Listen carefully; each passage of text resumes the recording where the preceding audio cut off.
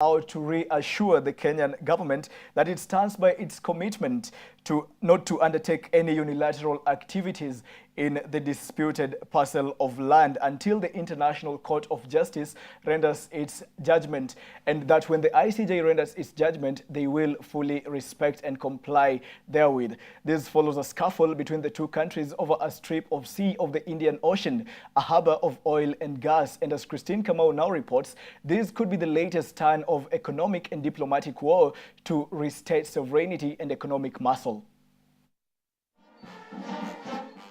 In 2009, Kenya and Somalia drew up and signed a memorandum of understanding with the help of the Commission on the Limits of the Continental Shelf, which allowed Kenya to divide her maritime borders to include approximately 200 nautical miles off the Horn of Africa, that is, extend her boundary east at least 45 degrees line of latitude, an agreement that the then Somalia Parliament rejected.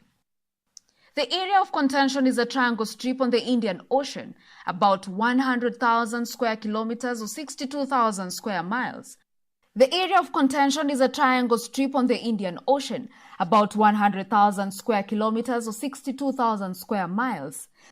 The Kenya government wants the borders to run along the latitudes of the ocean, similar to those with Tanzania, whereas Somalia wants it to run perpendicularly to the coast. That the dispute between the parties... In 2015, the Somali government sued Kenya in the International Court of Justice, where it sought to have the boundaries redrawn diagonally. Ultimately, Somalia would have a chunk of the oil deposit-laden sea, to which the Kenyan government, through the Attorney General Githu Muigai, described as absurd and hurtful that Somalia wanted the court to believe Kenya was scheming to steal oil and gas from the unstable country. That the United States does not as such. The conflict hit a new high when the Somalian government auctioned off oil and gas blocks in the contested maritime area, which caused the Kenyan government to recall the Kenya ambassador to Somalia, General Lucas Tumbo, and ordered the Somalian counterpart Ahmed Nur to return to Somalia, with the government statement which read in part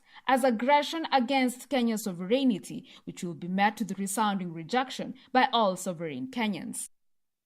Other African countries involved in seawater boundary struggle include Ghana and Ivory Coast about their boundary in the Atlantic Ocean, Malawi and Tanzania over Lake Malawi, which has rich oil deposits, while other countries in amicable understanding are Nigeria, Sao Tome and Principe, which teamed up to produce oil on the south of the Niger Delta. Christine Kamau, KUTV.